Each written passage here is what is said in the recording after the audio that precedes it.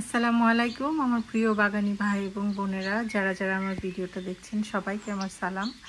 আশা করি আল্লাহর রহমতে আপনারা সবাই অনেক ভালো আছেন। আমার স্ট্রবেরি গোয়াভার একটা প্ল্যান্ট এখানে নিয়ে চলে এসেছি। হয়তো দেখেই বুঝতে পারছেন কারণটা। এটা আমার দুইটা ইয়েলো ভ্যারাইটির স্ট্রবেরি গোয়াভা আছে আর তিনটা রেড ভ্যারাইটির স্ট্রবেরি গোয়াভা আছে। আমার ইয়েলো ভ্যারাইটির দুইটা গোয়াভাই গত 2 বছর আমাকে ফলন দিয়েছে। আর আলহামদুলিল্লাহ এটা তৃতীয় বছর, এইবারও চলে এসছে খুব সুন্দর করে ফুল প্রতিটা ডালে ডালে। দেখেন এইগুলো কিন্তু ছোট ছোট ফুলের কুড়ি, প্রত্যেকটা ছোট ছোট ডালে যেই ডালটাই বেরোচ্ছে কিছু এই যে যেমন ফুল ফুটে গেছে। দেখেন প্রত্যেকটা ডালে ডালে মাশাআল্লাহ অনেক ফুল এসছে। এই গাছটা আমার দুইটা ইয়েলো ভ্যারাইটির মধ্যে এই গাছটাতে গত বছর অনেক কম ফলন এসেছিল, কিন্তু এই বছর মাশাআল্লাহ অনেক বেশি ফুল চলে এসছে। আর যে গাছটাতে গত বছর বেশি ফলন হয়েছিল সেটা এই বছর এখনও কোনো ফুলের কুড়ি ছাড়েনি। আসলে ফলের গাছের এটাই যেই ফলের গাছগুলো বছরের পর বছর বেঁচে থাকে আর আমাদের ফল দেয়, এইটাই বৈশিষ্ট্য। আপনাকে যদি এক বছর সে ভালো মতো ফল দেয়, পরের বছর সে একটু ব্রেক নেয়, একটু কম ফলন হয়, অথবা আমার ক্ষেত্রে একদমই এখনও ফুল আসছে না, এটা খুবই আনইউজুয়াল, কিন্তু ইনশাল্লাহ চলে আসবে, এখনও অনেক সময় আছে। এই জন্য আমি একদমই চিন্তা করছি না। আচ্ছা, আজকে এই ভিডিওটা করার একটা আসল উদ্দেশ্য হলো, যদি দেখেন এই যে যেমন এই ডালটা, এটা কিন্তু একটা মরা ডাল। এটাকে আমি কিছু এরকম অনেকগুলো ছোট ছোট, যেমন এখানে একটা ছোট্ট মরা ডাল আছে, ছোট ছোট মরা ডালগুলো এখানে দেখেন একটা আছে, ছোট ছোট মরা ডালগুলো আমি আসলে ছেটে দেব। আর প্রুনার নিয়ে এসেছি ছেটে দেওয়ার জন্য। আর যেটা বিশেষ করে করব হলো, দেখেন এটা আইডিয়াল না, বাট আমার কাছে এটাই অ্যাভেলেবল ছিল।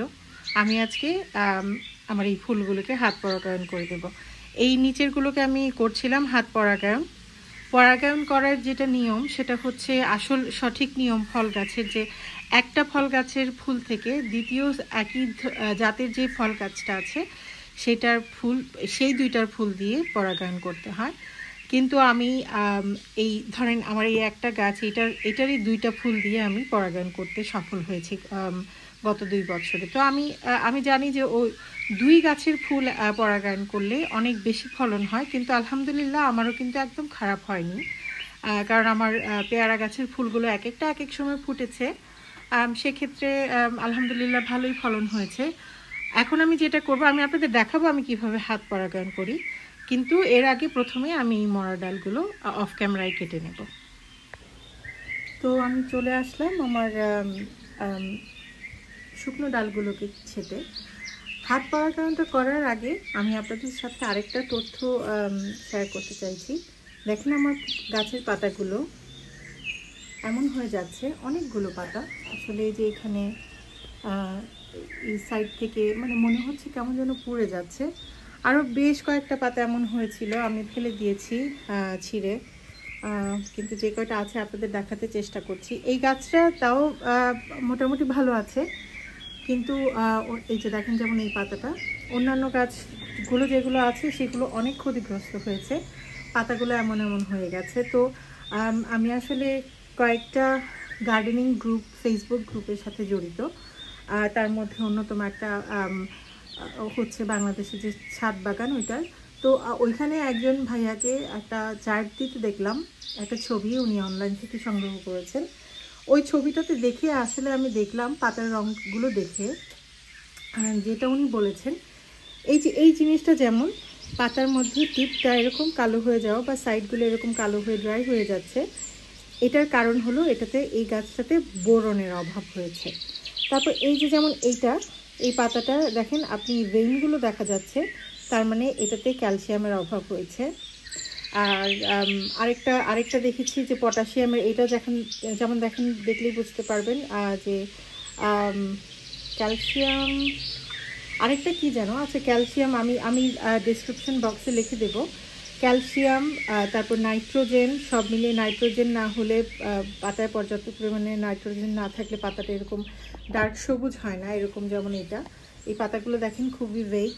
আসলে আমার যেটা হয়েছে, আমি পটের মাটি এইগুলো সবগুলো তুলে অনেকটা মাটি এখান থেকে সরিয়ে নতুন মাটি, যেটার সাথে আমি খাবার মিক্স করে নতুন মাটি উপরে একদম এই পর্যন্ত দিয়ে দেব।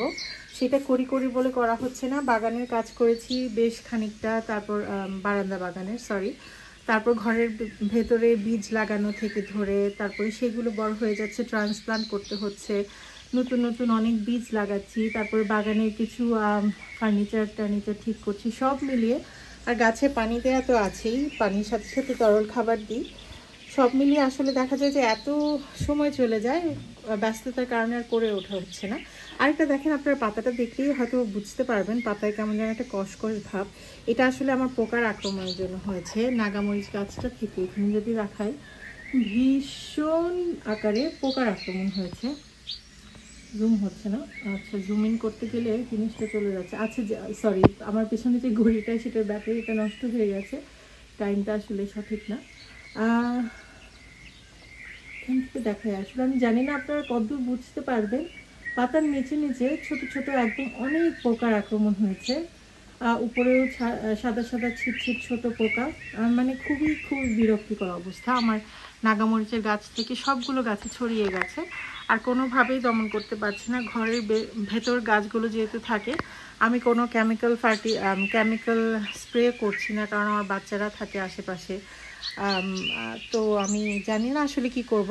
গতবার এর আগের বার নাগামরিচ গাছ যেগুলো আমি ওভারউইন্টার করেছিলাম, পোকা হয়েছিল, একটাই নাগামরিচ করেছিলাম পোকা হয়েছিল, কিন্তু পোকাটা চলে গিয়েছিল। এবার আর যাচ্ছে না, আমি জানি না কি করব, বাট দেখা যাক, আল্লাহ ভরসা। আচ্ছা, এখন আর কথা না বাড়িয়ে দেখাই আমি কিভাবে হাত পরাগায়ন করব।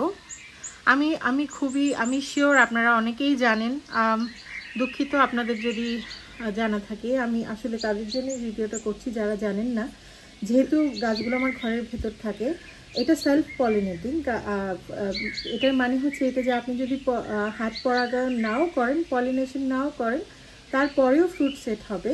কিন্তু যেটা আমি গত 2-3 বছরে দেখেছি, আসলে সেভাবে ফ্রুট সেট হয় না। আমি যদি হাত পরাগায়ন করে দিই তাহলে অনেক ভালো ফ্রুট সেট হয়। সেই জন্য আমি প্রতিবারই চেষ্টা করি, 2টা ফুলই যখন ফোটে, একটা ফুল ফুটলে তো আর আপনি সেটাকে অন্যটার সাথে পরাগায়ন করতে পারবেন না। তো 2টা ফুল ফুটলেই আমি যেটা করি, দেখেন মাঝের একটা ছোট্ট সবুজ জায়গা যেটা উঠে আছে, মাঝের একটা সুরের মতো, আর সাইড দিয়ে অনেকগুলো ছোট ছোট লম্বা লম্বা উপরে গুলটি বাঁধানো সাদা ডাটিগুলো আছে। এগুলোর মধ্যে হচ্ছে পরাগরেণুটা আসলে থাকে। আমি আসলে এক হাতে ফোন ধরে আমি জানি না কতটুকু জাস্টিস করতে পারবো। বিসমিল্লাহির রহমানির রহিম। এই যে দেখেন, এরকম করে আমি পরাগরেণুটাকে নিচ্ছি এটা থেকে। আমি যদি দেখাই, অত বেশি না আসলেও, আমি জানি না কতটা দেখতে পাচ্ছেন, ছোট ছোট কণা এটার মধ্যে এসছে। পরাগরেণুটা এটার মধ্যে এটা থেকে এসছে। এটা থেকে নিয়ে এই পরাগরেণুগুলো আমি অন্য আরেকটা ফুলের এই যে মাঝখানের যে সুরটা আছে তার মধ্যে খুব আলতো করে আস্তে আস্তে করে ছুঁয়ে দেব। এটাকেই আসলে পরাগায়ন বলে। তারপর আবার সেই অন্য আরেকটা ফুল থেকে পরাগরেণু নিয়ে সেই ফুলটাতে ছুঁয়ে দেব। এমন করে একটা রেণু অন্যটাতে দেব, অন্যটার রেণু অন্যটাতে দেব। এইভাবে করে একটা ফুলেও যেন মানে পরাগায়ন না বাকি থাকে, আমি মেক শিওর করবো। এই ছোট ছোট পাপড়িগুলো ঝরে পড়লে কোনো অসুবিধা নেই। আপনার পরাগায়নের সময় আপনার মাঝের জিনিসটা ক্ষতি না হলে, মাঝের সুরটা ক্ষতি না হলেই হলো। পাশেরগুলো এরকম ঝরে পড়লে কিচ্ছু অসুবিধা হবে না। আমি আগেও করেছি, সেই জন্য অভিজ্ঞতা থেকে বলছি। কিন্তু চেষ্টা করবেন একদম সফট কোনো ব্রাশ দিয়ে, কটন বাড দিয়ে না করাই ভালো। সফট ব্রাশ দিয়ে এরকম করে পরাগরেণুটাকে নিয়ে অন্যটাকে নিয়ে এরকম করে ছুঁয়ে দেবেন। এই তো এইভাবেই আসলে পরাগায়ন করা। এরকম করে আমি নিচেরগুলোকে করে দিয়েছিলাম। ওই যে দেখেন পেছনেরগুলো ফুল পরাগরেণু যেটাতে থাকে, যেই জিনিসগুলোতে, এগুলো আস্তে আস্তে ঝরে পড়ছে, কারণ এগুলো নষ্ট হয়ে গেছে, এগুলোর এক্সপায়ারি ডেট চলে এসছে। এগুলো দিয়ে আর পরাগায়ন হবে না। কিন্তু এটা যেমন এখনও সতেজ আছে, এটা দিয়ে ওই নিচেরটা করতে পারবো, আবার এটা দিয়ে আবার এখানেটাও করতে পারবো, এইগুলোকেও করতে পারবো। আর এই যে যেটা এগুলো যেটা ঝরে যাচ্ছে সেগুলোকে আমি অলরেডি পরাগায়ন করে দিয়েছি। ইনশাল্লাহ ফ্রুট সেট হয়ে যাবে, আপনাদের সাথে আপডেট শেয়ার করব। আর এখন যে পরাগায়ন করলাম সেটার আপডেটও আপনাদের সাথে ইনশাল্লাহ শেয়ার করব। আর ঠিক এমনইভাবে যখন ফুল ফুটবে, অন্যান্য গাছেও যখন ফুটবে, ডিফারেন্ট কালারের গোয়াবা যেটা আছে ওগুলোতেও যখন ফুল ফুটবে ইনশাল্লাহ সবটার ফুল দিয়ে এক ফলের জাত হলেই হলো, মানে এক ধরনের ফল হলেই হলো। যত ডিফারেন্ট জাত হলেও কি হবে, মানে সবটা দিয়েই সবটা পরাগায়ন করা যায় একটা ফল হলে। যেমন স্ট্রবেরি গোয়াবা, আপনার সব স্ট্রবেরি গোয়াবার ফ্লাওয়ার দিয়ে আপনি সব স্ট্রবেরি গোয়াবা করতে পারবেন। কিন্তু আপনার যদি নর্মাল আমাদের দেশি পেয়ারা থাকে সেটা দিয়ে এই পেয়ারাটা কতটুকু পরাগায়ন হবে আমি সেটা জানি না, আমার অভিজ্ঞতা নেই। আপনারা জানলে আমাকে জানাবেন। কিন্তু আমি যেটা জানি স্ট্রবেরি গোয়াবা আপনি যেটারই ফুল নিয়ে অন্য একটা স্ট্রবেরি গোয়াবা ফুলে ছোঁয়াবেন, পরাগায়ন হয়ে যাবে। তো আজকে আমার ভিডিওটা এই পর্যন্তই। আমি সরি খুবই বড় করে ফেলেছি, ক্ষমা সুন্দর দৃষ্টিতে দেখবেন। আল্লাহ আপনাদের সবাইকে অনেক ভালো রাখুক এই দোয়াই করি। আমার গাছগুলোর জন্য অনেক দোয়া করবেন, আমাদের জন্য দোয়া করবেন। আসসালামু আলাইকুম।